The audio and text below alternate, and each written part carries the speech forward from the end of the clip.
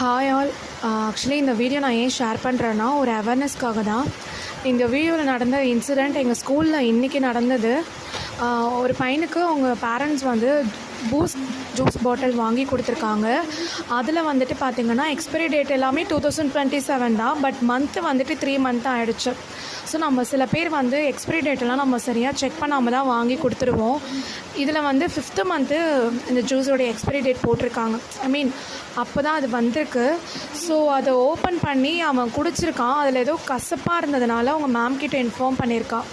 அவங்க ரேண்டமாக தான் அதை ஓப்பன் பண்ணி பார்த்துட்டு அதில் ஏதோ சம்திங் இருந்ததுனால ஃபுல்லாகவே ஓப்பன் பண்ணி கீழே கொட்டும் போது தான் தெரிஞ்சுது அதில் ஃபங்கஸ் பாக்டீரியாலாம் சேர்ந்து லைக் ஒரு எலும்பு மாதிரி ரொம்ப பெருசாக இருந்தது. பார்க்கவே ரொம்ப அருவருப்பாக இருந்தது.